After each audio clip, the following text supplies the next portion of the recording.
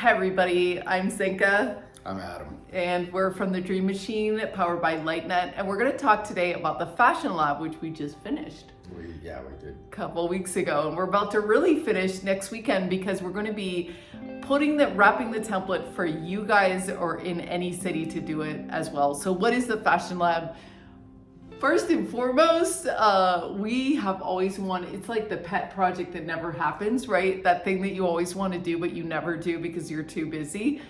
Fashion was that for us, right? Right. And so there came a point, like around May, I guess, where we were kicking it around in the garage. And I said, let's just put it on the calendar and it will come together. And it did. We had finished some software, so finally we felt a little bit of, the triage of getting the software was done for LightNet. So this was a chance. So this is some of the things we wanted to mention to you. Number one, this was our ultimate fun and joy, like to be able to, make outfits that were truly us. I always felt like you can get clothes, but they're not futuristic enough for me. So I always want to modify them or make them more shocking because I want to wake people up and say, wow, what's going on? Yeah, we had invented the term GAF, Galacticas, and we wanted to apply that to our own clothing. But anyway, so the idea was to create a hackathon, like a computer hackathon, but for fashion. And so we made this explainer video to tell people what we were doing. Welcome to Sedona's new 48-hour Create-a-thon Fashion Lab and Fashion Show. This is where you can come and bring your favorite clothes to upcycle into garments that you will cherish forever. Whether you're a seasoned designer or just starting out with a sewing machine or a glue gun, this is a chance for you to meet new people and explore your creativity to the max. Groups from all over the world are coming together for 48-hour Create-a-thon fests. Whether it's for filmmaking or game creation, it is a great chance to synergize creativity, stop procrastinating, and do something truly astounding together. And it's about time. Fashion is a great opportunity to express our unique personality and style. Plus, if you make fashion you love, you're less likely to throw it away. As we know, fast fashion is responsible for a ton of waste. Literally 1 truck per second goes into landfills. 3 out of 5 of the 100 billion garments that we make each year will end up in a landfill within a year. This is why we're so passionate about upcycling dresses, coats, pants, suits, hats, shoes, and more. We are going to be gathering for some pop-ups at Stephen Henderson's Metamorphosis Studio leading up to the Fashion Lab. On October 11th, 40 participants are going to gather Friday evening at the Ultimate Light Mission with our sewing machines, clothes, and materials to meet each other, to eat, to play, and to craft a lot of fashion. On 4 o'clock on Sunday, that is when we open the doors to the rest of the community to join us for Sedona's fashion show, where we'll have raffle tickets, dancers, VIP seating, cake, and more. VIP ticket holders will get invited to a special VIP party the following weekend with the designers. We believe that this is the first 48-hour fashion lab in the world. And through the Dream Machine project, we plan on sharing this template with other towns. Join us, make new friends, learn new skills, and get in touch with your creativity.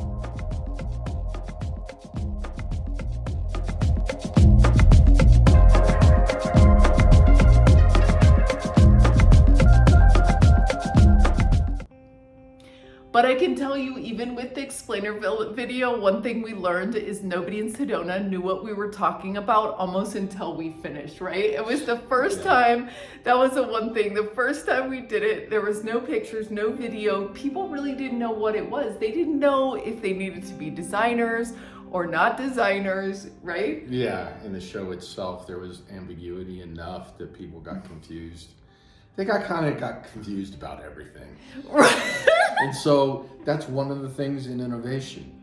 So one of the things that happens in innovation is you make mistakes. You make lots and lots and lots of mistakes. So, we talked about how the light bulb had 80,000 iterations. Those were 80,000 mistakes that got made before it worked out. And those are the things that we don't have to do after that's completed for us. And that's part of the community template process. So we tried to get really flowery on some of the Eventbrite list. People didn't know, like you said, they didn't know what the difference between the fashion show was on the Fashion Lab, which was the Create-a-thon. They also didn't know if they needed to be experienced or not. We ended up taking people that didn't even know how to sew a button. Right.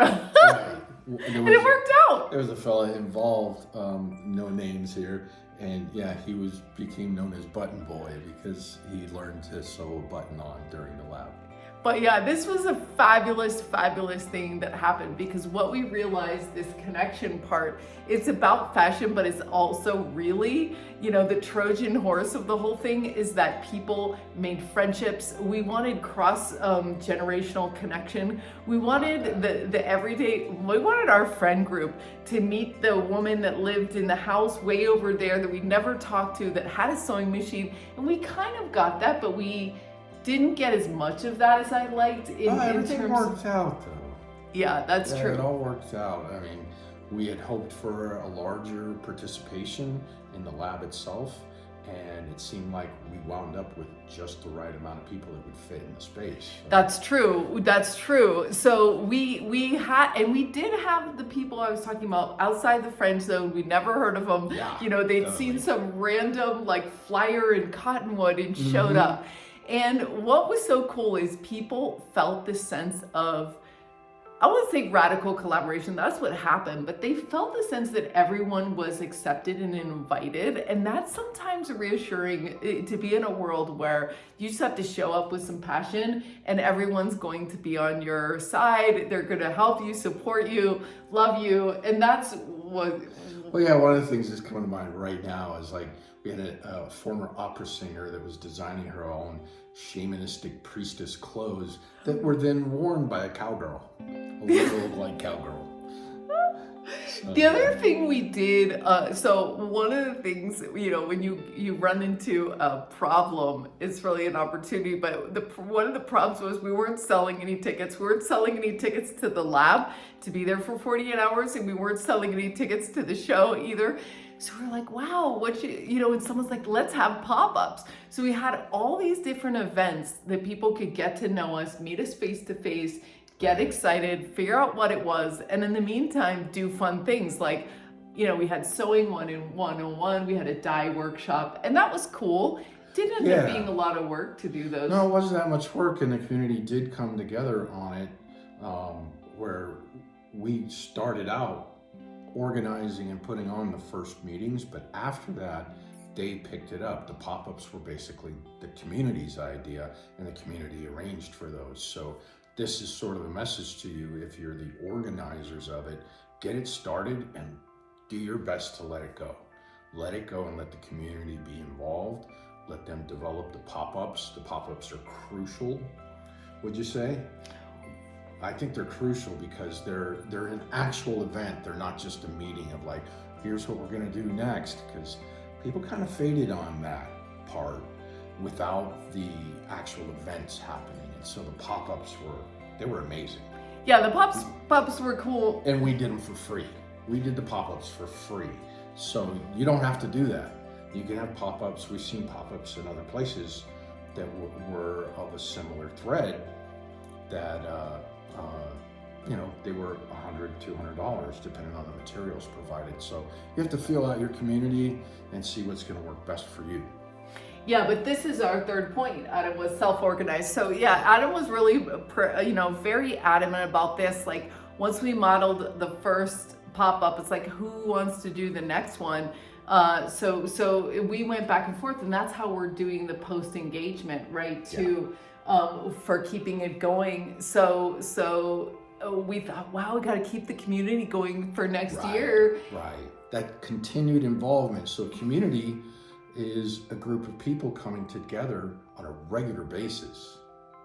right? That's a community. Even if you're into comic books, you go to a convention once or twice a year, and that's your community. That's getting together. And so that regular collaboration. Yeah, and that's what you designed. It was the same self-organizing, keep it going thing where Adam said, he's like, okay, so let's have an event once a month, but let's only do the first one to show them how it's done. So we're gonna be meeting this Sunday to wrap the template for other cities.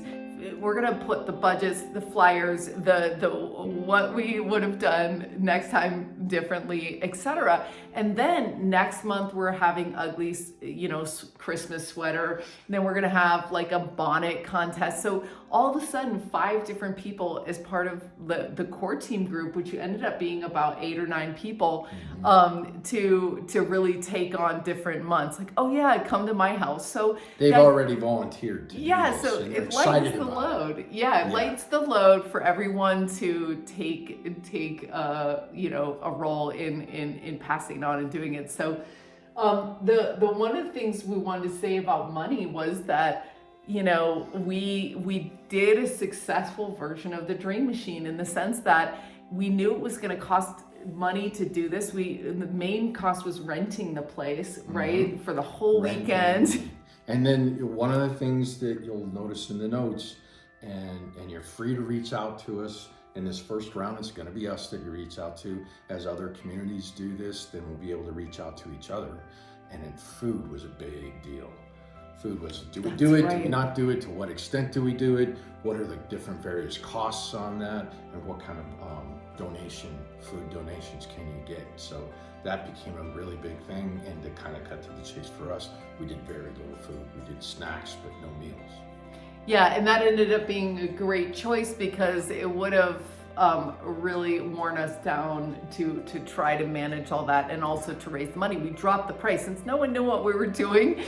We ended up dropping the price to $44. So that was really cool to participate. And then we even ended up letting people in for free because we really wanted it to catch on the first year. So and those were people that showed up. The people that got in for free really weren't volunteers. They really weren't scholarships per se. They were people who said, I heard about this. I don't have any money. Can I still participate? And we're like, sure, come on in. Running through it. Yeah. So all different ways. Like you could just fund it with one person that says, oh, I want to give you some money, and then no one pays. Or you can do it. And there's different ways. But anyway, the point about the money is that the Dream Machine concept worked, which is that you go forward, you set your goal, what are you going to do, and then you look for ways to reduce that budget. So Shelly, this was one of the biggest things that happened. Shelly decided to trade a course, $1,000 course from Star City Academy that we put on. So that was $1,000 off the rental. Then she ended up giving a discount, so it was only $500. So something that was $2,500 went down to $500. Yeah. And we'll have to look at the budget. That was a discount. Do another video on this. But basically the budget. Well, the funny part, and we've done another video, and we'll do more about this, was that we ended up making $13 more than we needed to cover. And we covered almost 70 or 80% with volunteers, trades, barters, whatever. And so... Yeah, we went from 12,000 to just under 3,000, so... Right, it was so cool. And one of the things, we had different types of people, donors, participants, and the audience. So there's all people that want to be spoken to differently, need different information, different things. And so we've developed a package that is easy to talk to donors. Can you donate some food? Can you donate some raffle prizes? Participants, like, what is this? How to get involved? Where's the email list, etc. And then the audience to come, we figured out the social media and how to invite people to attend. Yeah, and so all of those things are things you guys can do early on. So a lot of that stuff came together in the last 6 weeks or so, and you'll have that at the beginning of your project, and that's going to be huge. You can get out there with the donation letters, you can get out there with the types of advertising that makes sense to people. So those are a lot of mistakes we made for you. Yeah, and one of the things we realized with the fashion show tickets was to give everyone that was participating 5 tickets to then sell. So anyway, all these different ideas of how to make it easier to have radical collaboration in a community, coming together around fashion, around self-expression, really having fun. This was great. I mean, we had people in the community that were in their highest excitement. Yeah. Loved fashion even more than me, could do, seamstresses. So, I mean, to see those people lit up doing what they love and what we pulled off in 48 hours, like the outfits that people made were so beautiful. It was incredible. Yeah, and so one of the things worth mentioning is like we had arranged kind of tentatively to have music to play for the gaps of the show. And the process of the show turned out to be, we filled one gap, maybe 2, by just explaining to the audience what we had done. And the rest of it is they had proliferated to make so much stuff that it filled up the entire 2 hours. Yeah, we were right at 2 hours, which was just mind-boggling because people were moving. Yeah, it wasn't like we drug anything out; they were moving. So yeah, have faith in your community. You're actually gonna find that you wind up having enough for a full-blown show. It's gonna happen. Yeah. We were worried at first that, these people walk out, walk back. That was one of the things they said. They were like, oh, this is going to go by in real quick. It was really cool, the raffle and everything. So we're going to be showing you the recap video now, and we're going to be dropping in the Dream Machine for the Fashion Lab. Now, what are the best practices? What would we do differently? Again, what did we do well so that all of you guys can learn from our mistakes? And yeah, I think that's one of the things you always say. Every mistake you make helps the whole community. Yeah. And every definitely. Triumph does too. So this was very triumphant. We made a lot of mistakes, but welcome to the Fashion Lab. We know that this will be an ongoing thing in Sedona and in other cities, and we encourage you to throw one in your town. Yeah.